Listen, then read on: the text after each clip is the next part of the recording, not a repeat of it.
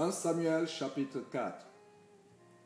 La parole de Samuel s'adressait à tout Israël.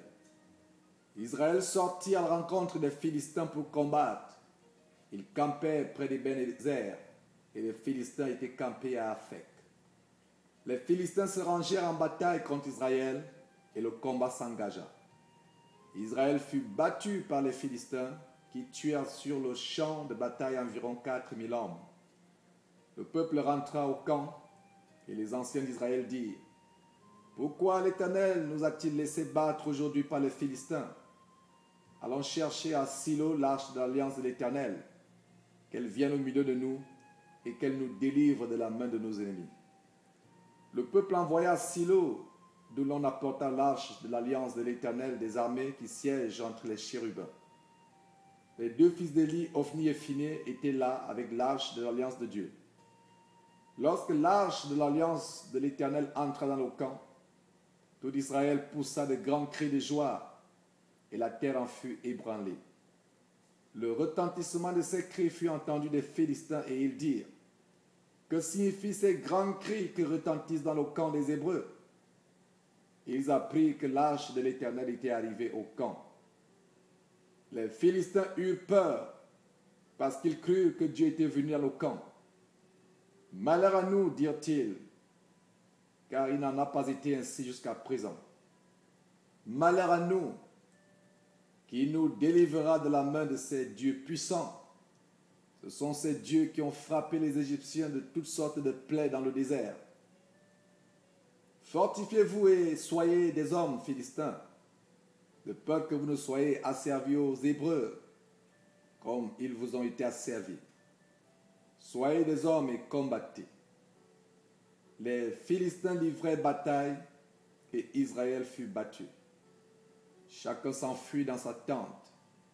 La défaite fut très grande et il tomba d'Israël 30 000 hommes de pied. L'arche de Dieu fut prise et les deux fils d'Élie, Ophni et Phiné, moururent. Un homme de Benjamin accourut du champ de bataille et vint à Silo le même jour, les vêtements déchirés et la tête couverte de terre.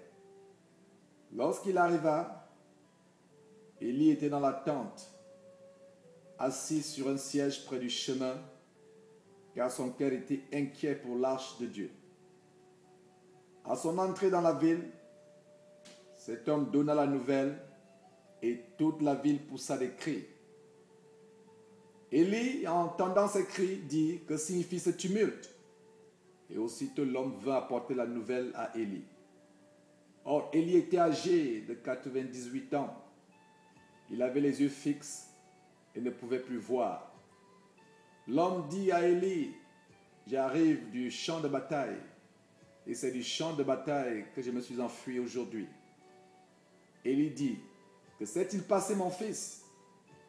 Celui qui a porté la nouvelle dit en réponse: Israël a fui devant les Philistins, et le peuple a éprouvé une grande défaite. Et même tes deux fils, Ophni et Phiné, sont morts, et l'arche de Dieu a été prise. À peine eut-il fait mention de l'arche de Dieu qu'Élie tomba de son siège à la renverse, à côté de la porte. Il se rompit la nuque et mourut, car c'était un homme vieux et pesant. Il avait été juge en Israël pendant 40 ans. Sa belle-fille, femme de Phiné, était enceinte et sur le point d'accoucher. Lorsqu'elle entendit la nouvelle de la prise de l'arche de Dieu, de la mort de son beau-père et de celle de son mari, elle se courba et accoucha, car les douleurs la surprirent. Comme elle allait mourir, les femmes qui étaient auprès d'elle lui dirent: ne crains point, car tu as enfanté un fils. Mais elle ne répondit pas et n'y fit pas attention. Elle appela l'enfant Ichabod en disant: la gloire est bannie d'Israël. C'était à cause de la prise de l'arche de Dieu et à cause de son beau-père et de son mari. Elle dit: la gloire est bannie d'Israël, car l'arche de Dieu est prise.